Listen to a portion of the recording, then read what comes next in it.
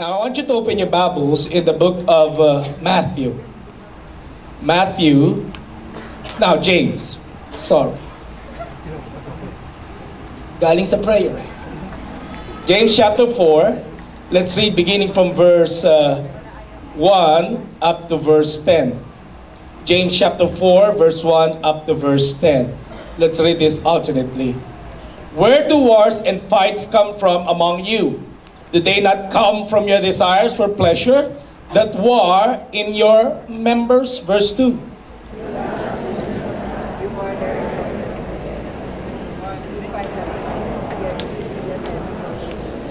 You ask and do not receive because you ask amiss, that you may spend it on your pleasures. Verse 4.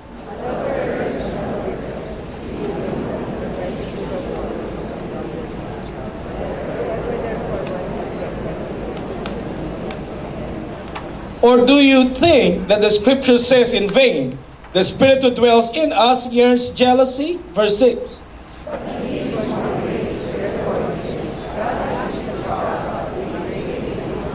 Therefore submit to God, resist the devil, and he will flee from you. Verse 8.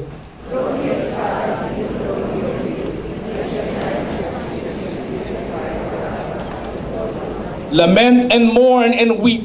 Let your laughter be turned to mourning and your joy to gloom. Verse 10.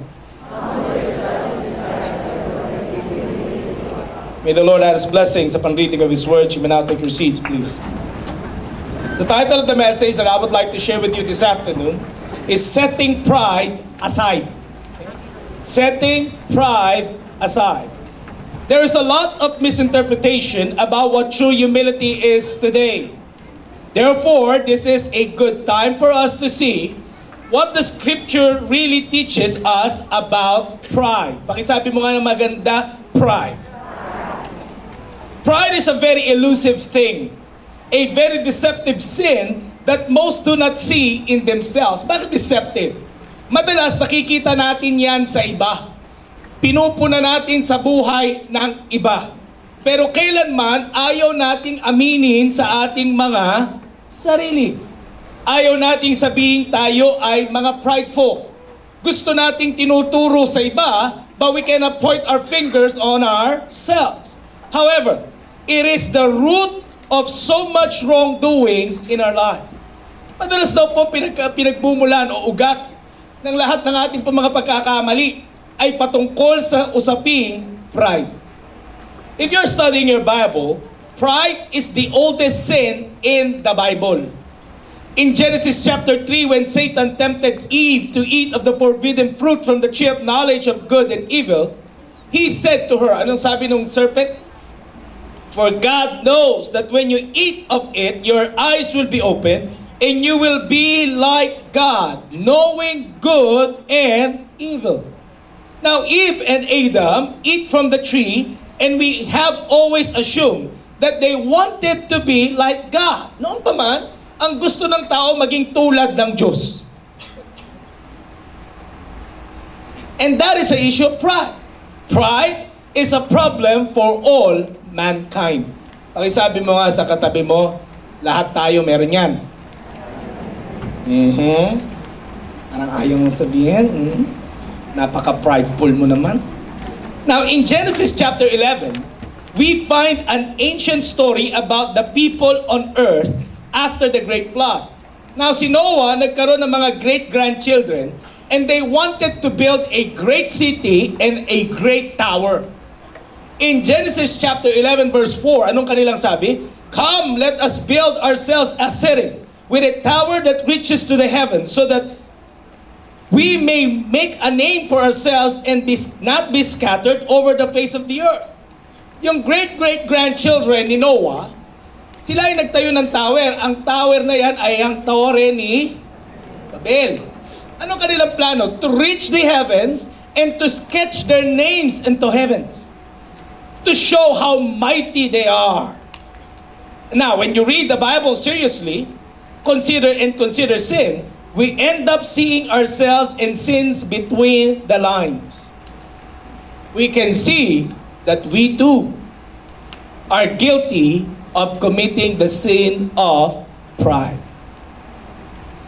Let's take a look at pride this afternoon and define some things about this. Alam mo ba na ang Bible ay nagtuturo patungkol sa pride? And God talks about pride in the Bible. Now, merong mga positive pride na sinasabi ang Bible, tulad ng Galatians chapter 6 verse 3. If anyone thinks he is something when he is nothing, he deceives himself. Each one should test his own actions, then he can take the pride in himself without comparing himself to somebody else, for each one should carry his own load. Now, ang point dyan, yung word na pride dyan, ang point dyan ni Paul ay simple. What Paul was saying is that every Christian should put forth their efforts into developing their own consistency instead of picking on others. Imbis na kinukumpara mo yung sarili mong sipag, magsipag ka ng sarili mo at pwede kang maging masaya, to take pride sa iyong sariling pagsisikap sa anuman ang iyong ginagawa. Ano pa ang sabi ng Bible in James 1:9? The brother in humble circumstances ought to take pride in his position. Ano naman po ang sinasabi ni James when it comes to this passage? If you don't have much today, kung wala ka man ngayon, be happy. Bakit? Because God loves you and in heaven you have riches. Okay? Wala man po tayong kayamanan dito sa lupa, wala man tayong ginto. May ginto man tayo, tubog naman. Na yung binebenta sa overpass, no? Hindi kukupas kahit lagyan mong suka. Pawis mo lang, kupas na. No? Okay?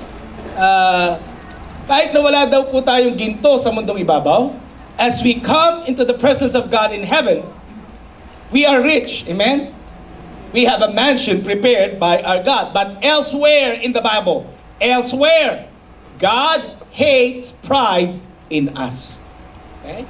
Hindi po nalulugod ang Diyos sa pride. In Proverbs chapter 6 verse 16 it says, there are 6 things the Lord hates, 7 that are detestable to Him. Ang unang-una, haughty eyes or a prideful eyes. It's the first sin God hates, and that is pride. Sabi sa katabi mo, pride.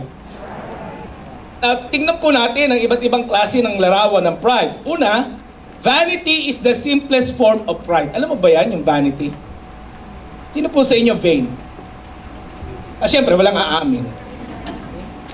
But vanity is the simplest form of pride. Why? Because we are constantly concerned about how we appear. Gusto nating laging maganda. Kaya nga, di ba? Ang mga kababaihan, madalas to sa kababaihan, laging may mga salamin sa kanilang mga bag. Tsaka pagka nagdaan ka dyan sa CR ng mga babae, walang katapusang salaminan ng salaminan. You know, one time, I was walking, papasok dito sa church. Sabi nung husband niya na nasa labas ng CR ng babae, bilisan mo! Magkakanta, sandali na! Tsaka tingnan mo ang tao, pagka lumakad, may sasakyang makintab. Pag lumakad, anong ginagawa? Bilingon. We always look at ourselves. We love looking at ourselves. We put so much concern about clothing, about makeup, about shoes, about how fit we are. Kaya nga, di ba, pag may mga nakakasabay ka mag-gym, naku, imbis na magbuhat, imbis na mag-exercise, wala yung ginawa kundi tumingin sa salamin. Pinakasabay ako mag-gym one time. Talaga naman. Humiga dun sa bench. Pag-ahon na pag-ahon, tingin sa laman.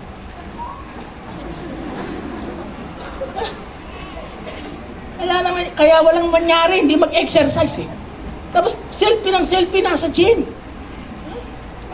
Think about that. Pain. Vanity. Vanity is the common and the most common form of pride, pero hindi yan dangerous. Okay lang yan. Hindi pa dangerous. Okay? Second thing that we need to understand, pride destroys our capacity to love. The greedy or the gluttonous may still be capable of loving. Alam mo ba na yung mga matakaw? tsaka yung mga madadamot, pwede pang magmahal. Huwag mo kalabitin yung katabi mo. Pero yung mga prideful, they have no capacity to love. Why? Because they love themselves too much. Wala silang ibang mahal kundi ang kanilang mga sarili. Proverbs 13:10 says, "Pride only breeds quarrels, but wisdom is found in those who take advice." Prideful people struggle to cooperate with others. Pansin mo yan. Wala silang makasundo. Kahit sa trabaho, pag ma-pride yung kausap mo sa trabaho, hindi kayo magkasundo. Bakit? Kasi ang mga prideful people, walang ibang matalino sa kanila kundi ang kanilang mga sarili. Wala ibang mahusay kundi I, me, myself. You know? Nung nagsabog si Lord ng talino, ako yun. Ako ang simbolo ng galing. Iyon ang mga prideful person. They are quick to attack. And they are quarrelsome individuals. Mahilig makipag-away. Pride separates people. It won't allow for reconciliation or compromises or forgiveness. And so relationships are destroyed. Ayaw niya kasundo. Ang mga prideful person na lagi niyang igigiit, ikaw ang may mali. Pagka pinag-aaralan kung sinong may mali, laging ang turo niyan, siya. Siya. Me, oh, I'm cool. Siya. Pakitanong mo nga yung katabi mo. Ganun ka na ba? Another thing, pride is stubborn. You know why stubborn? Stubbornness is the pride that causes us to shun correction. Ang mga prideful person, hindi yan nagpapakorek. Ayaw ng tinuturuan. Basta siya ang alam niya ang lahat ng bagay. Mala Jesus lang ang peg.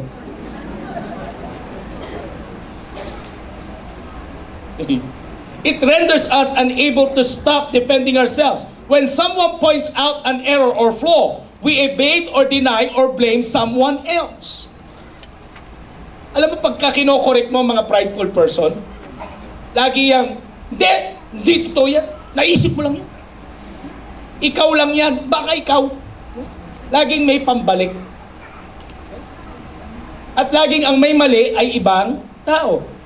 Defensive people are people who could never relax. Alam mo yung mga gathering. Lalo na ngayon, magdi-December, may mga reunion. Yan yung mga taong hindi mapayapa. Bakit? Laging binabantayan kung anong sasabihin sa kanya ng ibang tao. Lahat sila nagkakainan ng masaya, ikaw nagbabantay ka. Ano yung sabihin sa akin ka? At pag may sinabi kang hindi maganda, boom! Mayroong kagad sagot yan. Hindi mo ma-enjoy ang holidays pag ganun. This stubbornness doesn't admit its sin. And listen, it can never say, I'm sorry, and apologies to God. Yung mga prideful person, hindi mo maringgan ng I'm sorry. Hindi makapag-sorry yan. Having difficulty in saying sorry. Nakasakit na't lahat, may nasabi ng hindi maganda, hindi pa marunong sorry. No, sasabihin mo sa akin, Pastor, action speaks louder than words. Ano ba? Kapatid, mahalaga pa rin yung words.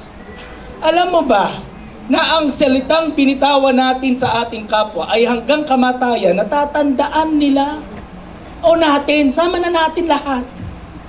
Alam mo ba that there are two powerful sentences in the world?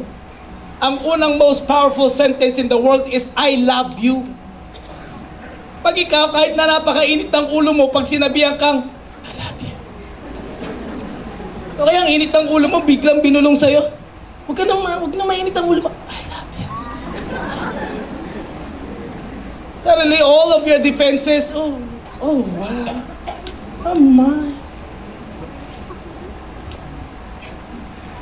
I hate you when you say that. Why? Kasi I love you can make or break a person. It can change somebody's mood. It can even transform a person's life. Hindi ka naman dati nagtutoothbrush, no? Oh, so gross. Nung nakaramdam ka ng pagmamahal. Oh, ang bango-bango mo na. Ano yung second most powerful sentence in the world? I'm sorry. Mga kapatid, and this also applies to me. Hindi po, lalo na sa mga lalaki, hindi po pagiging mahinang klase ng lalaki ang pagsasabi ng sorry. Amen ba, mga kalalakihan? Salamat sa mga supporters ko to eh. Hindi po pagiging coward o hindi pagiging mahina ang pagsasabi ng sorry. Ang taong marunong mag-admit ng kanyang kamalian ay mas dapat lalong hangaan.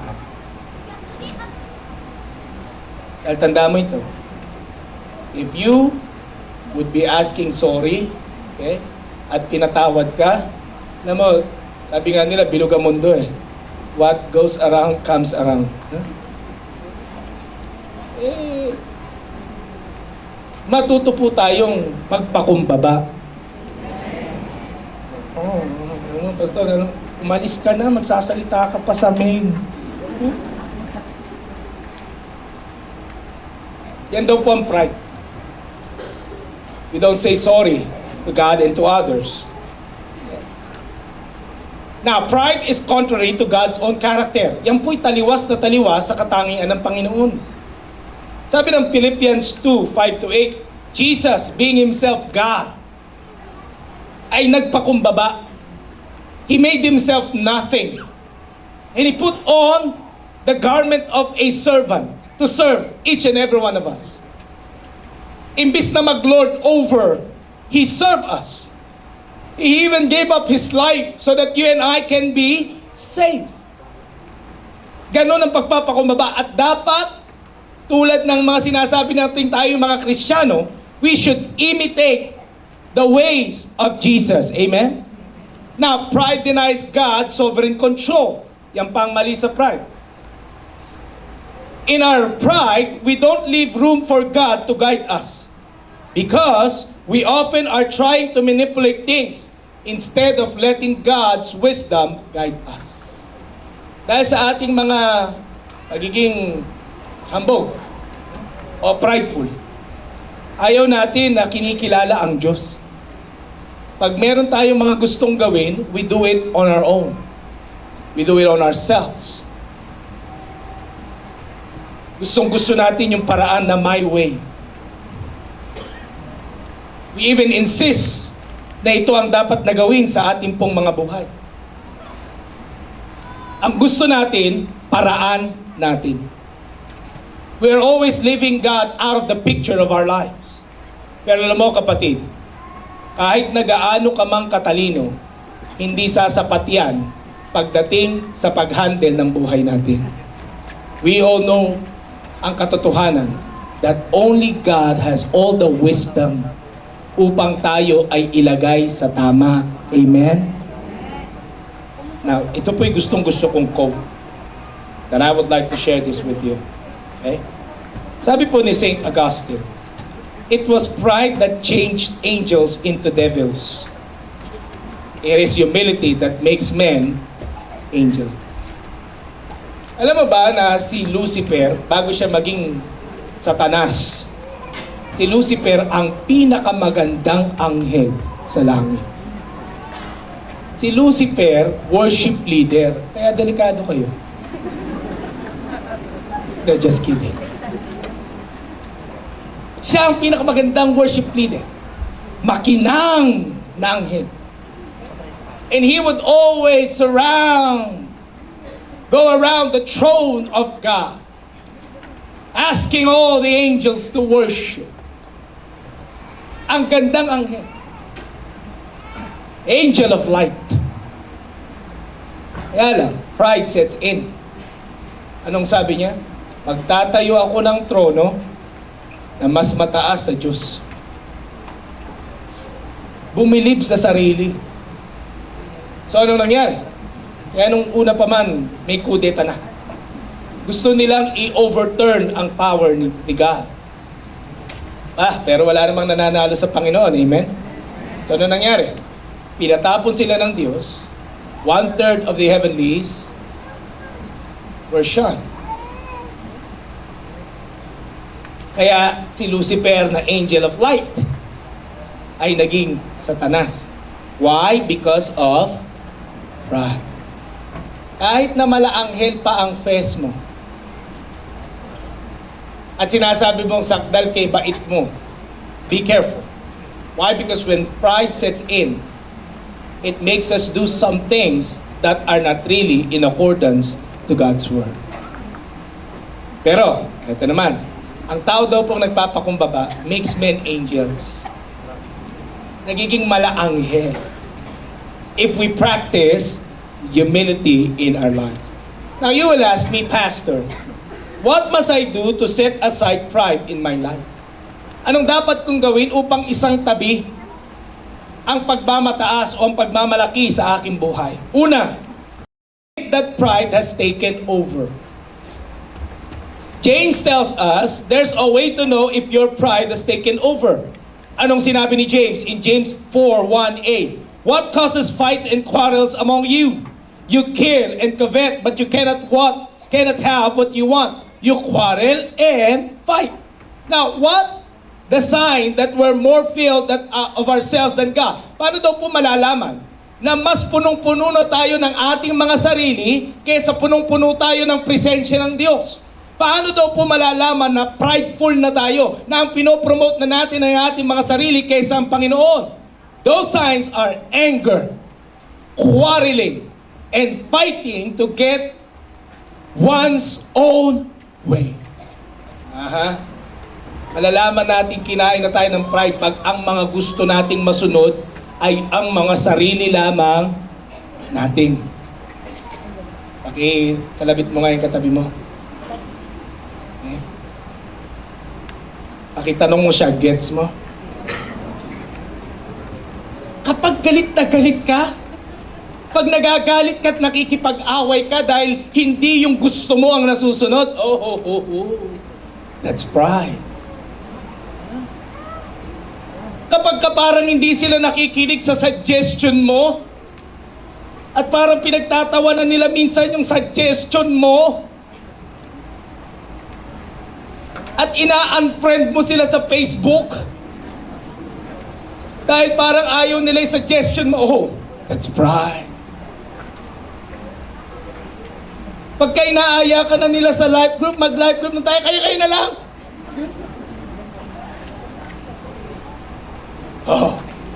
That's pride.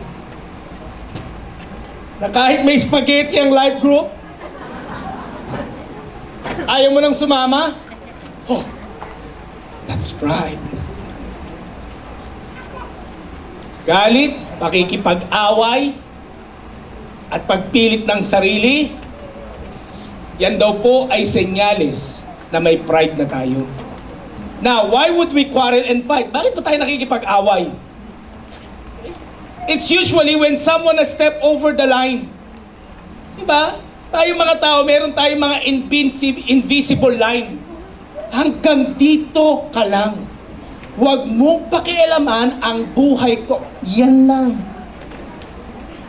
Kapag tayo biglang kinorek, hindi ayok. Dito. Isip me. I need some space. That's pride. Bakit daw po tayo nakikipag-away? When they mistreated us. When we feel that our rights have been denied. Tayo pa naman mga Pilipino mahilig sa mga karapatan. Ang dami nating karapatan.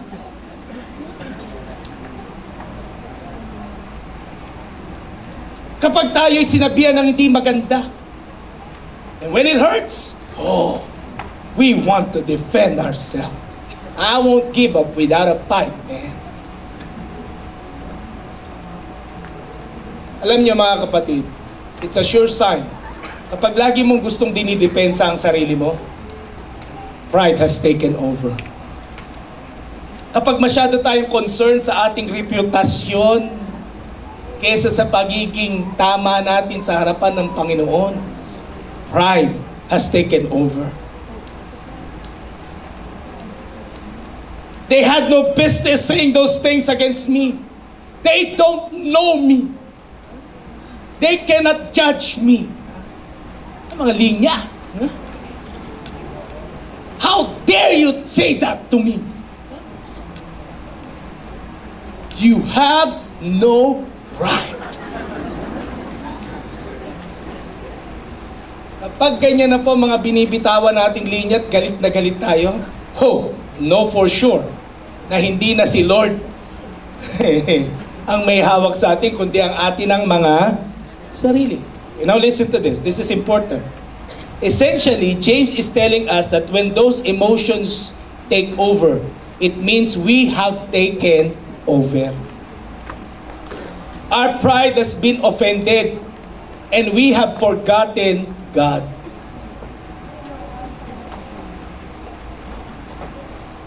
Now one day, a woman came home to find her husband in the kitchen, shaking frantically. Nakita niya yung mister niya nasa kusina, gumagano.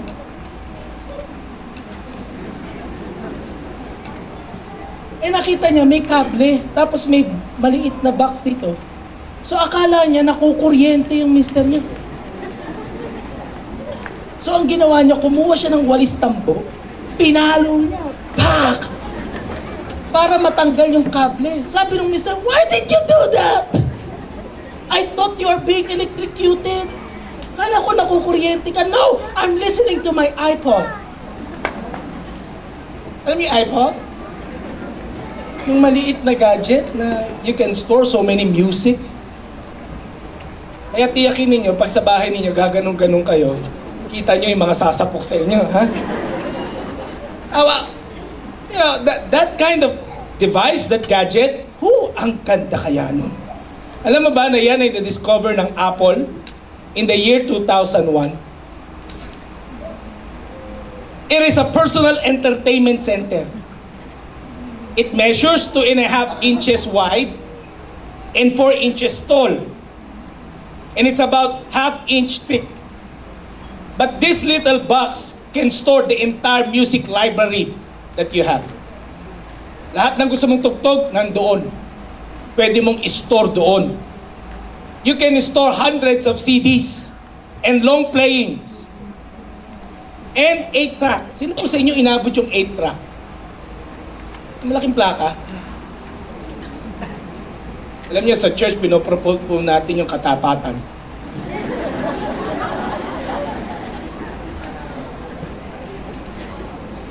Echa.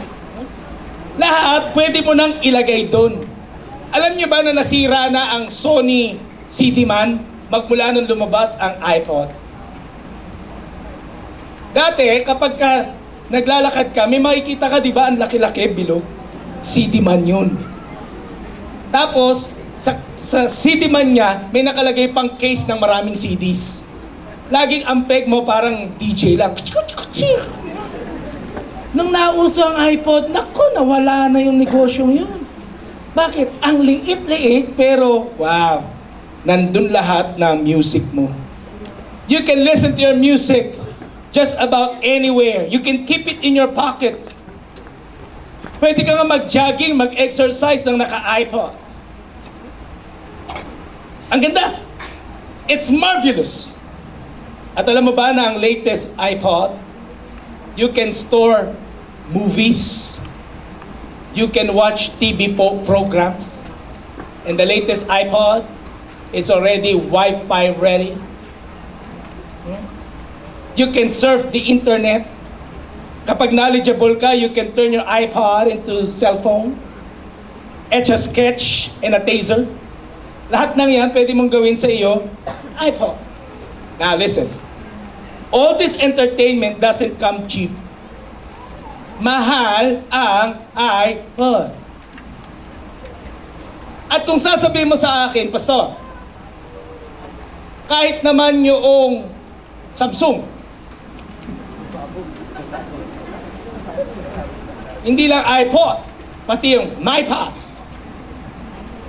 pati yung Cherry, o lahat na ng brand. Hindi naman yan mura. May halaga. May kailangan kang bayaran if you want those things. There's a price to be paid. Alam mo ba na ang cheapest sa market ngayon, sa mga ganyang mga gadget, $150.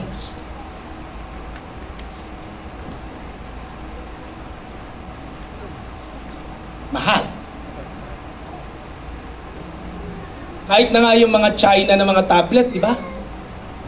Ang dami nang lumabas no. Mahal pa rin. It will cost us something. If you want satisfaction of music, if you want to be entertained, if you want your movies to be with you, kahit saan ka, store sa gadget, there's a price to be paid. There's going to be a cost. Bakit ko sinasabi ito? Here in chapter 4 of James, James is telling us that same thing is true in getting satisfaction in this world. If you want satisfaction, if you want everything all in one box, there's going to be a price. May halaga ang lahat ng bagay. And there are many things in this world and many people in this world who think that satisfaction is based upon how much stuff you have. Alam niyo, may kasabihan nga mga gangster. Anong kasi yung kasabihan? The more toys, the more joys. Mas marami kang gamit, mas marami kang gadget, mas marami kang kasangkapan, mas masaya. Pero alam mo ang katotohanan na hindi mas masaya ang buhay. Di ba tuwing Christmas? Ako, sandamakmak ang mga promotion ng kung ano-ano. Pay na, buy now, pay later, later. Hanggang nakalimutan mo na magbayad. Why? Because this world will want us to have so much. They're encouraging us to have more and more and more of the things of this world. But you know for a fact that toys don't bring happiness. Stuff cannot fill your lives, just your closets. Mientras marami kang gadget, pansinin mo, lagi kang tamang duda pag naglalakad ka. Ingat na ingat ka. Bakit? Pag meron yan tumabiseng medyo nakamotor, anong tingin mo kagad? Riding in tandem doon. Hahablutin ka agad? Down were the days na malaya tayo na, the more toys that we have, hindi happy ha. Bakit? Ang dami mong i-maintain. Dati isa lang cellphone mo na naglabasan yung mga cellphone, 4 na networks meron ka. Ito lahat yung lalagyan mo ng load. Think about that. Now, the things of this world might keep you entertained, but they cannot give you true satisfaction. Now listen, mahalaga to ha. What James is declaring is this: the endless pursuit of stuff, things, toys, only serves to make you irritable. Mentras nagnanais ka ng mas madami, naiirita tayo. Lalo na pag hindi natin nakukuha, nakaka-irita. Kapag ka mas maganda yung cellphone ng barkada mo, nakakainis. At kanya. It makes us irritable. Pagka kabibili mo lang, sa tagal ng panahon, ngayon ka lang nakabili ng iPhone 6 Plus S. Lumabas na yung 7. Ay, mali. Nakakairita.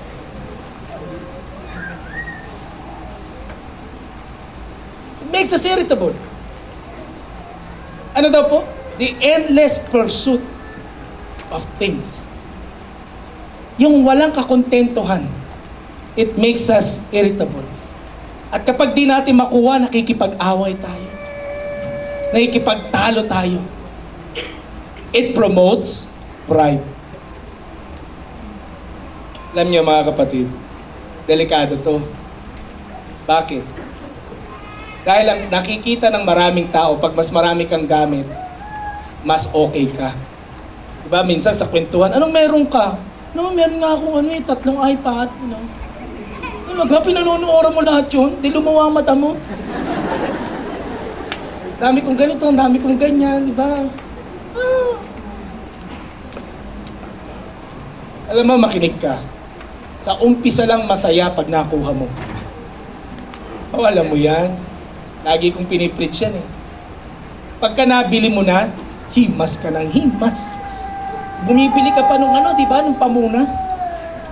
Ilalagyan mo pa ng screen protector, binibilan mo pa ng kung ano-anong case, laging hinihimas. May inaalcohol mo pa. Saya-saya mo. Lumipas lang ilang panahon, wala na. Nakatambak na. Hey, you and I can relate with this. We know that stuff or things can never really make us happy. It can only promote pride. Pakisabi nga, pride. Paano daw po masiset aside ang pride? Aminin natin na lahat tayo infected niyan. Okay? Huwag ka nang in denial. Marami sa atin, hindi ako. Alam mo yung preaching na yan, hindi akin, sa kanya. Because the more you deny it, the more na ito'y kayang sirain ang ating buhay. Okay, sabi nga sa katabi, aminin mo na. Okay? Pangalawa, are we going to set aside pride? Kamagana na, tapos na to. 2 points lang to eh. Be satisfied with God. In the passage that we have read, James is telling us that we don't need all the stuff. What we just need is God. Or we just need God. Amen? Dahil pag nasa iyo ang Diyos, ano pa ang kakailanganin mo? Wala ka na ibang kakailanganin kung nasa iyo ang Panginoon. Na kung meron ka mang pangangailangan, sinong tatawagin mo? Ang Diyos. Anong sabi ng Bible? You do not have because you do not ask. Naiinggit ka, hindi ka naman humingi sa Panginoon. Puro ka lang inis. Nakakainis talaga. Kapitbahay ko, buti pa yung kapitbahay ko, ganun, buti pa yung kapitbahay ko, ganyan. Buti pa siya. Lumapit ka ba sa Panginoon? Have you ever asked God that, Lord, I do believe that you are going to bless me? Now, kung nasa yung Panginoon, literally, wala na tayong kakailanganin pa sa buhay. Now, gusto ko pong maging maliwanag sa iyo ito. Ang buhay natin bilang Kristiyano, hindi po tayo exempted sa mga problema ng buhay. May mga problema pa rin tayong kakaharapin. Pero kay naman pag ikaw ay mananampalataya ni Kristo Jesus, gaano man karami ang problema mo, tiyak ka naman na meron kang amang nasa langit na kailanman ay hindi ka iiwan, kailanman ay hindi ka pababayaan. Hallelujah! You know, having God is like having an iPod. Bakit? You don't need all those CD racks. Hindi mo kailangan ng mga CD racks, yung mga lagay ng CD. Luluwag ng bahay mo. You have everything in that small box. Alam mo ba, yung iPod mo, pwede mong ilagay sa entertainment system, ganun kaliit, tutulog na maganda sa bahay. But there's a price to be satisfied with God. Alam mo, yung binasa natin na James, chapter 4, verse 4 up to verse 9. Sinasabi dyan ni James, that if you want to be satisfied with God, there's a price to be paid. At ano daw po yung sinasabing price to be paid? Deny yourself, take up your cross, and follow Him. Anong sinasabi ni James? Ang context na sinasabi ni James, imbis na tinitignan mo ang bagay ng mundo ito, imbis na nakikipag-away ka dahil hindi ka magkaroon ng mga gusto mo, o naiinggit ka sa meron ng iba at nung nagkaroon ka ay pinagmamalaki mong meron ka na. Anong sinasabi ni James? Ituon mo ang pansin mo kay Jesus. Amen? Pinaalala pa ni James yung verse na, humble yourself before the Lord, that He may lift you up. God opposes the proud, but gives grace to the humble. Ano sinasabi ni James? Huwag ang sarili ang ipromote. Huwag ang sarili ang pasikatin. Ang tignan at ang pasikatin ay ang Diyos sa buhay ng bawat isa. Amen? Si Jesus mismo, nung sinabi ni Jesus, if anyone will come after me, he must deny himself, take up his cross, and follow me. That is found in Matthew 16:24. You know, one of the most interesting things about iPod, iPad, and iPhone, it's how it's spelled. Hindi po capital yung I. It's little I, not big one. Now, hindi po ako binayaran para i-promote ang mga products na yun. I was just, reading some things, and nung nabasa ko yan, sabi ko, oo nga no, maliit yung letra. And when it comes to our life, your life and my life as Christians, alam mo ba kapatid, that it's about time na ikaw at ako, we need to transform ourselves into little eyes. Litlitan mo naman yung I. Huwag masyado yung salitang I, me, myself. Ang paborito nating salita, I, me, myself. We need to focus not so much upon ourselves and what we want, as upon God and what He wants. Anong sabi ni Coach Landry? He was the former coach of Dallas Cowboys. Sabi niya, the thrill of knowing Jesus is the greatest thing that ever happened to me. I think God has put me in a very special place and expects me to use, to use it to His glory in everything I do. Whether coaching football or talking to the press, I am always a Christian. Oh, I like that. Anong sabi niya? Sa lahat ng ginagawa ko, hindi ko inaalis ang isipan ko na ako ay isang Kristiyano. Ano ang order ng kanyang buhay? Christ first, family second, and football third. Ang laging highlighted sa buhay niya ay si Jesus. Now, it's not that simple. Bakit? That kind of humility doesn't come naturally to us. Hindi tayo mga natural na mga humble. Mga hambugero nga tayo.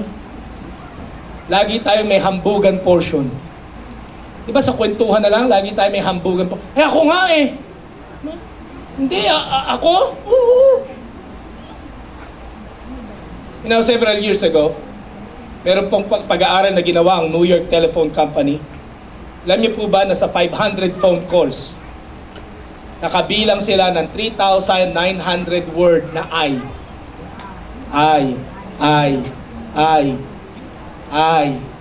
Lagi na lang, I.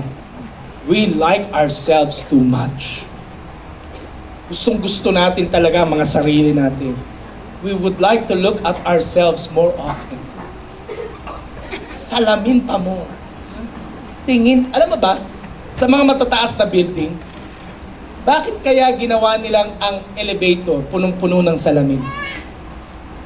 Alam niyo ba, according to psychology, na kapag ang tao daw po tingin ng tingin sa sarili, nakakalimutan niya na yung tagal ng paghihintay. Pansinin mo, kahit na sa mga hotel lobby, punong-puno ng salamin. Ano sa EDSA, lagyan ng salamin? Talino to. Para hindi mo maramdaman na matraffic pala. Yeah, that's according to studies, ha? The more people can see themselves, they are more than willing to wait. Pero kapag hindi niya nakikita ang sarili niya sa salamin, ako, napakamahinipin. We like ourselves. Hindi lamang po yun. We also like to talk about ourselves. So natin, alam mo ba kung sinong gusto nating topic? Mga sarili natin. Kumikislap ang mata mo pag ikaw ang pinag-uusapan. All ears ka pag ang buhay mong pinag-uusapan.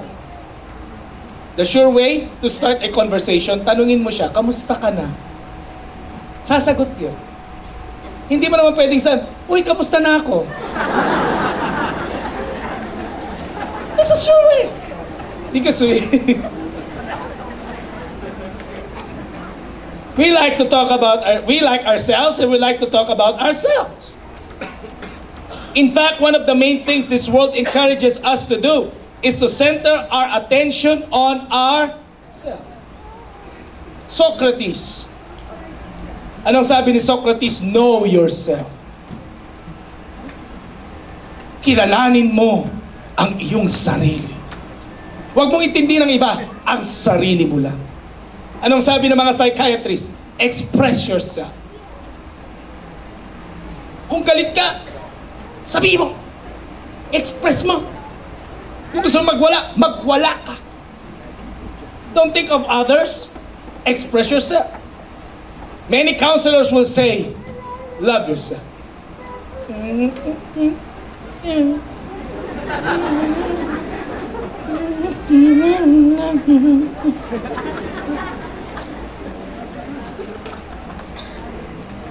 Love yourself.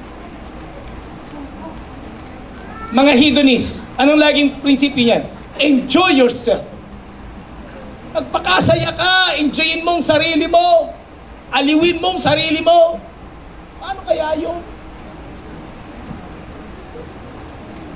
Anong sasabihin ng mga restaurant owners pagkakain ka na? Indulge yourself. Sa mga personal manager, anong advice nila? Assert yourself. Ay, manitigang ka. Ikiit mo yung gusto mo. Ang mga health aid companies, take care of yourself. Alagaan mo ang iyong sarili. Dati, nung mas bata-bata pa ako, ang pinakikinggan ko sa radyo, FM. Ngayon po, AM na eh. Kaya po marami na akong alam ngayon. Sabi dun sa advertisement, sino ang nangangalaga sa mga nag-aalaga?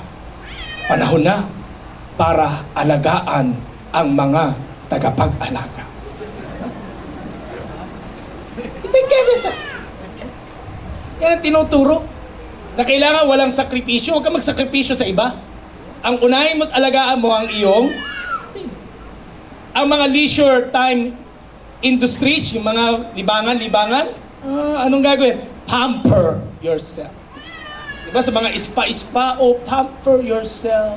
Kahit na nga sa mga kainan, diba, you deserve this. Have it your way.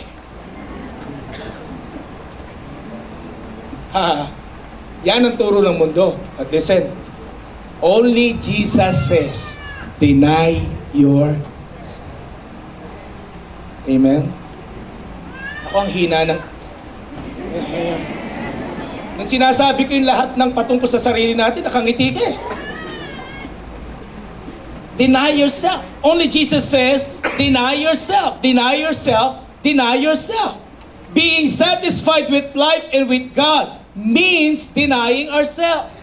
Na hindi yung mga agenda natin ang masunod, kundi ang agenda ng Panginoon sa atin daw pong mga buhay. Bakit? Dahil pag ang agenda ni Lord ang nabibigyan ng daan sa mga buhay natin, siya ang napaparangalan at hindi ang ating mga sarili. Amen?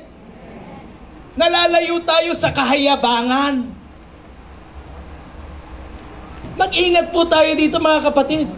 Dahil ang pride ay hindi mo namamalayang kinakain na pala ang buhay natin. Ano na sa mga reunion? Mga reunion na yan, minsan sumpa eh.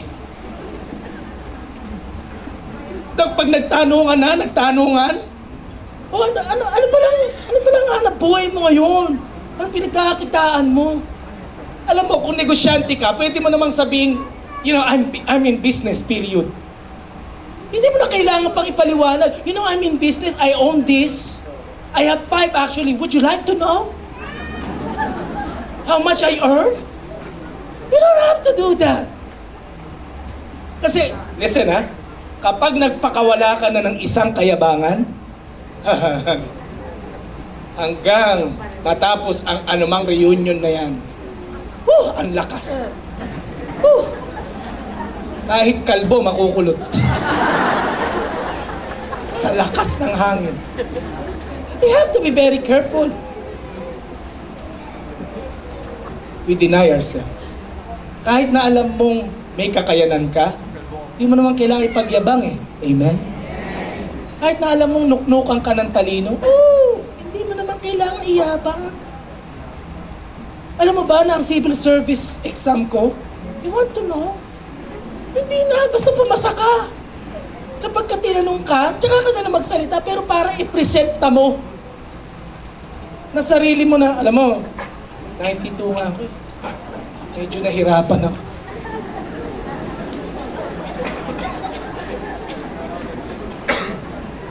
Wala pa akong review nun. Actually, oh, iba ang dating. Kung ikaw makakarinig ka ng ganon, anong dating sa'yo? Ang bugero to. Hindi mo na kailangan pang ibulalas. Hindi mo na kailangan magpayabangan. Amen? Bakit? Oh, dito na papasok yung bakit. Dahil anuman meron tayo, anumang galing na meron ka, anumang talino ang nasa iyo, lahat ng yan ay galing sa Panginoon. Walang bagay na meron ka na hindi nang galing sa Kanya. Amen?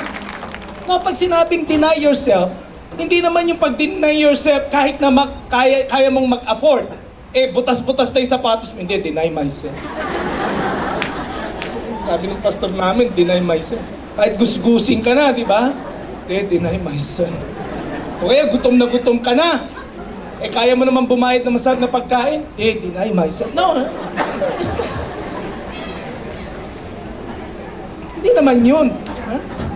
Pag sinabing deny yourself, imbis na yung gusto mo ang nasusunod ay ang nais ng Panginoon.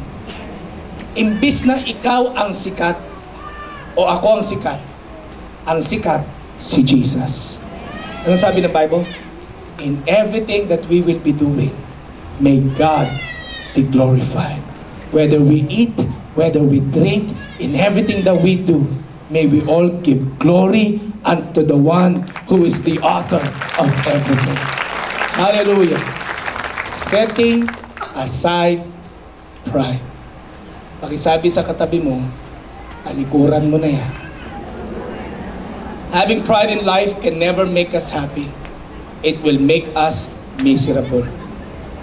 Kaya nyo mga kapatid, lagi nating, alam mo, every single day pagkagising natin, prone tayo dito eh. Pwede nating sabihin palagi sa Panginoon, kontrolin mo ako. Manguna ka sa akin. Let it be a prayer of your heart na sa lahat na makikita sa akin ng tao, ikaw ang kanilang matanaw. Amen? Let us bow our heads and let us pray.